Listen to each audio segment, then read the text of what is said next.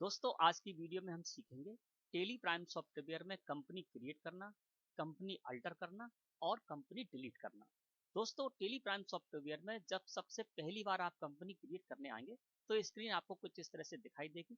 यहाँ पर जो कंपनी आपको दिख रही है ये नहीं दिखाई देंगी, क्योंकि मैंने पहले से बहुत सारी कंपनियां क्रिएट कर रखी हैं, इसलिए वो यहाँ पर दिखाई दे रही है। तो पहली बार जब आप आएंगे तो यहाँ पर कोई भी कंपनी आपको क्रिएट की हुई नहीं मिलेगी और स्क्रीन आपके सामने इस तरह से अपीयर होगी।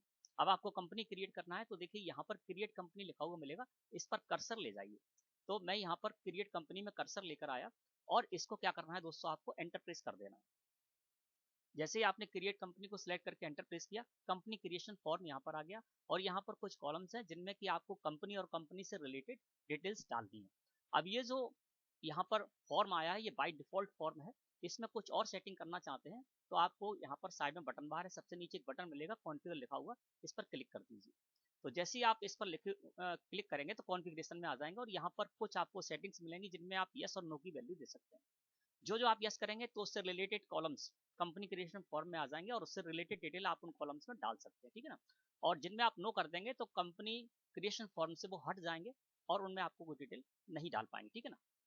तो यहाँ पर देखिए कॉन्फ़िगरेशन में प्रोवाइड कॉन्टैक्ट डिटेल्स को मैंने यस कर रखा है, तो कॉन्टैक्ट डिटेल से रिलेटेड कॉलम्स जो है वो कंपनी क्रिएशन फॉर्म में आ रहे हैं और हम उनमें जानकारी उससे रिलेटेड डाल सकते हैं, ठीक है ना। इसको मैंने यस कर रखा है। इसके साथ ही साथ यहाँ पर provide additional west currency detail, इसको भी यस कर रखा है, तो करेंसी से रिलेटेड डिटेल भी हमारे कंपनी क्रिएशन फॉर्म में आ जाएगी और हम उससे रिलेटेड सेटिंग कर पाएंगे। तो यहाँ पर अपनी आवश्यकता के अनुसार आप यस और नो की वैल्यू देकर कॉलम्स कंपनी क्रिएशन फॉर्म में ला सकते हैं और हटा भी सकते हैं, ठीक है ना। अब दोस्तों यहाँ पर आपको कंपनी क्रिएट करना है तो किस तरह से करेंगे चलिए जानते हैं। कंपनी नेम में आपका कर्सर है तो जिस भी कंपनी के लिए आप अकाउंटिंग करना चाहते हैं उस कंपनी का नेम यहाँ पर डाल दीजिए, है ना। तो यहाँ पर मैं डाल देता हूँ अंशिका ट्रेडर्स, मेरी जो फर्म है जिसकी कि मैं अकाउंटिंग करना चाहता हूँ टेली प्राइम सॉफ्टवेयर में, तो वो नेम मैंने डाल दिया कंपनी नेम में, ठीक है ना। एंटर प्रेस किया तो मेलिंग नेम में भी यही जो नेम था वो आ गया। यहाँ पर ये होता है मेलिंग नेम में, यानी मिलता जुलता कोई नेम आप रखना चाहते हैं अपनी कंपनी के लिए, जिससे भी जानना चाहते हैं आप, तो आप यहाँ पर कर दीजिए। लेकिन ज़्यादातर क्या होता है कि जो कंपनी नेम होता है वही हम मेलिंग नेम में रखते हैं, तो मैं इसको ऐसे ही रहने दूंगा और एंटर प्रेस करूँगा। एड्रेस में हमारा कर्सर आ गया, तो हमारी जो फर्म है, हमारी जो कंपनी है, वो जिस जगह सिचुएटेड है पूरा का पूरा एड्रेस हमें यहाँ पर डाल देना, ठीक है ना। तो मैं यहाँ पर डाल देता हूँ पूरा का पूरा एड्रेस,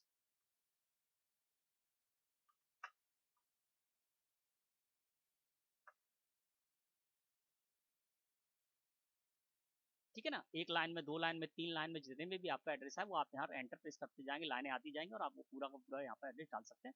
और सिटी भी मैं यहाँ पर डाल देता हूँ, जिस सिटी में हमारी ये फर्म सिचुएटेड है वो मैंने यहाँ पर डाल दिया, एंटर प्रेस किया।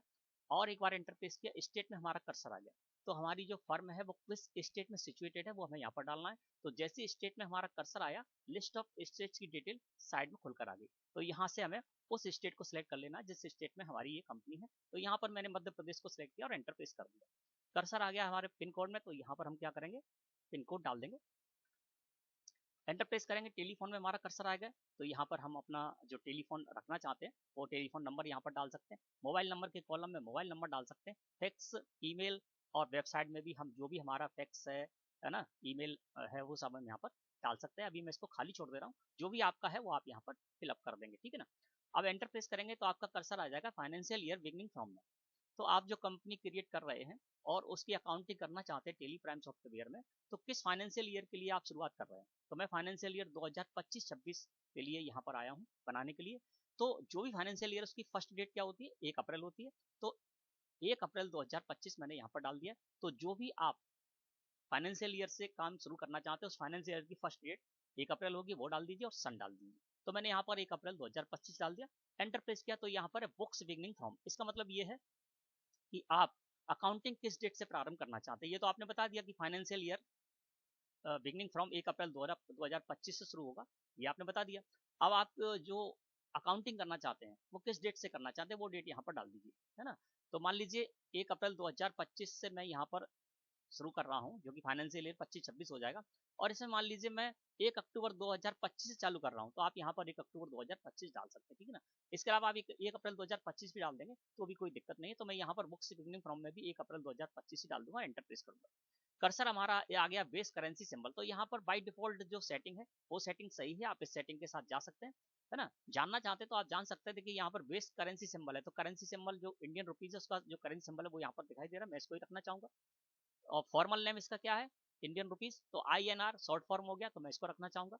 सफिक्स सिंबल फॉर अमाउंट, है ना, तो अमाउंट और सिंबल के बीच में जो है ना, वो आप अमाउंट पहले रखना चाहेंगे या सिंबल पहले रखना चाहेंगे, तो वो आप इस तरह से यहाँ पर कर सकते हैं। Add space between amount and symbol, amount और सिंबल जो रुपए का सिंबल है, तो अमाउंट और सिंबल के बीच में आप स्पेस रखना चाहते हैं या नहीं रखना चाहते हैं, तो वो आप यहाँ पर कर सकते हैं, ठीक है ना। सो अमाउंट इन मिलियंस, आप मिलियंस में यदि अमाउंट शो कराना चाहते हैं अपनी कंपनी में, तो उसको यस कर देंगे। नंबर ऑफ डेसिमल प्लेसेस, दशमलव के बाद आप कितने अंक चाहते हैं, तो यहाँ पर बाय डिफॉल्ट 2 है, तो हम 2 ही अंक चाहते हैं पैसों के लिए, तो वो यहाँ पर रखेंगे, ठीक है ना। दशमलव के बाद जो 2 अंक है उनको किस तरह से रिप्रेजेंट करना चाहते हैं, तो वो हम पैसों में रिप्रेजेंट करेंगे, तो ये सेटिंग आप यहाँ पर कर सकते हैं। वैसे बाय डिफॉल्ट ये सेटिंग जो भी है वो हमारे काम आती है, हम इंडिया में है और इंडिया के हिसाब से यहाँ पर सारी की सारी सेटिंग की गई है, ठीक है ना। अब आपको क्या करना है, एंटर प्रेस करना है, एक बार और एंटर प्रेस करना है, तो ये देखिए यहाँ पर एक्सेप्ट लिखा हुआ आ जाएगा। इसको एक्सेप्ट करने के लिए आप यस यानी वाई प्रेस कर सकते हैं कीबोर्ड से, या एंटर प्रेस करेंगे तो ये एक्सेप्ट हो जाएगा। तो मैं यहाँ पर एंटर प्रेस करता हूँ, तो ये एक्सेप्ट हो गया। अब क्या हुआ, हमारी जो कंपनी थी वो अंशिका ट्रेडर्स यहाँ पर क्रिएट हो गई, ठीक है ना। अब देखिए यहाँ पर आ गई अंशिका ट्रेडर्स, ठीक है। तो पहली बार मैंने आपको बताया था जब कंपनी क्रिएट करना है तो किस तरह से करना है, और यदि एक बार आपने कंपनी क्रिएट कर ली उसके बाद आपको कंपनी क्रिएट करना है, तो कोई भी एक कंपनी यहाँ पर खुलकर आ जाएगी, और दूसरी कोई कंपनी क्रिएट करना है तो ऊपर यहाँ पर कंपनी लिखा हुआ बटन मिलेगा, ठीक है ना, और इस पर आप क्लिक कर दीजिए, या अल्ट के साथ ये प्रेस करेंगे इस फीचर को यूज करने के लिए। तो इसके बाद अगर आपको कंपनी क्रिएट करना है तो कंपनी पर क्लिक करेंगे, तो यहाँ पर क्रिएट लिखा हुआ आ जाएगा, क्रिएट को जैसे ही सिलेक्ट करके एंटर प्रेस करेंगे तो कंपनी क्रिएशन फॉर्म आ जाएगा, और उसी तरह से आप कंपनी क्रिएट कर सकते हैं दूसरी, जिस तरह से कि मैंने पहली कंपनी क्रिएट की थी, ठीक है ना। एस्केप की प्रेस करके हम फिर यहाँ पर आ जाते हैं। अब कंपनी हमने क्रिएट कर ली, अब इसको अल्टर करना है तो किस तरह से करेंगे। अल्टर का मतलब ये है, जब हमने कंपनी क्रिएट की तो कंपनी का नेम डाला और कंपनी से रिलेटेड सारी डिटेल्स डाली थी, उनमें कोई गलती हो गई है तो उसको सुधार सकते हैं हम, या कोई ऐड करना है वहां पर जानकारी तो ऐड भी कर सकते हैं, और कुछ हटाना है तो हटा भी सकते हैं। अब अल्टर करना है तो कैसे करेंगे, तो क्या करना है, जो भी कंपनी आप अल्टर करना चाहते हैं उसको यहाँ पर ओपन करके रखिए, है ना। तो अंशिका ट्रेडर्स को मैंने ओपन करके रखा है। अब इसमें सुधार करना है, अल्टर करना है, तो हम क्या करेंगे, कंपनी लिखे हुए बटन पर क्लिक करेंगे, और दूसरा ऑप्शन है अल्टर, अल्टर को सिलेक्ट करके एंटर प्रेस करेंगे, तो यहाँ पर अल्ट्रेशन मोड में कंपनी क्रिएशन फॉर्म आ जाएगा, और जो भी आपको चेंजेस करना है वो चेंज कर सकते हैं। मैं कुछ चेंज करके दिखाता हूँ, ठीक है, कुछ ऐड करके भी दिखाता हूँ। अब यहाँ पर मैं डाल देता हूँ 2526, ठीक है ना।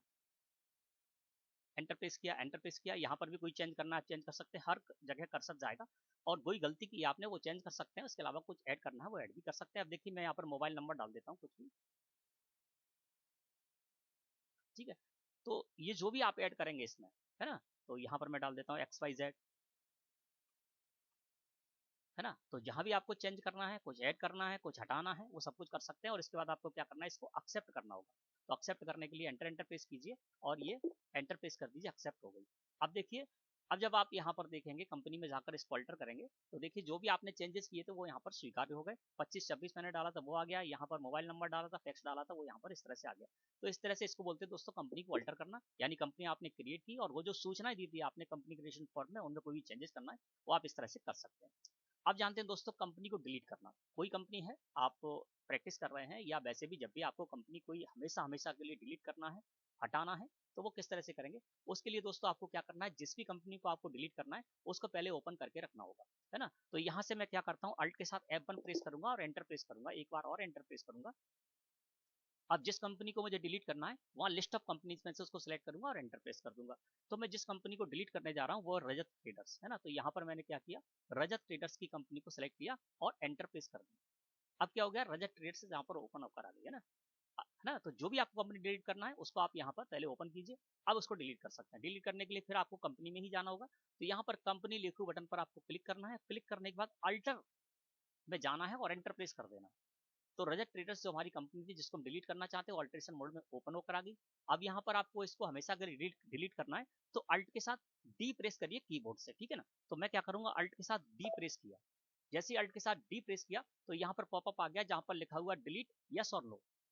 यदि आप नहीं करना चाहते तो नो कर दीजिए, करना चाहते तो यस कर दीजिए। मैं इसको डिलीट करना चाहता हूँ तो वाई प्रेस कर दिया मैंने कीबोर्ड से और एक बार और एंटर प्रेस किया। अब देखिए रजत ट्रेडर्स जो हमारी कंपनी थी वो यहाँ से डिलीट हो गई, ठीक है ना। तो जो रजत ट्रेडर्स मैंने कंपनी डिलीट की थी वो यहाँ से हट गई। तो इस तरह से आपको क्या करना है दोस्तों, जब भी कोई कंपनी डिलीट करना है तो वो आप इस तरह से कर सकते हैं। तो दोस्तों मैं समझता हूँ आज के जो टॉपिक्स थे वो आपको अच्छी तरह समझ में आ गए होंगे।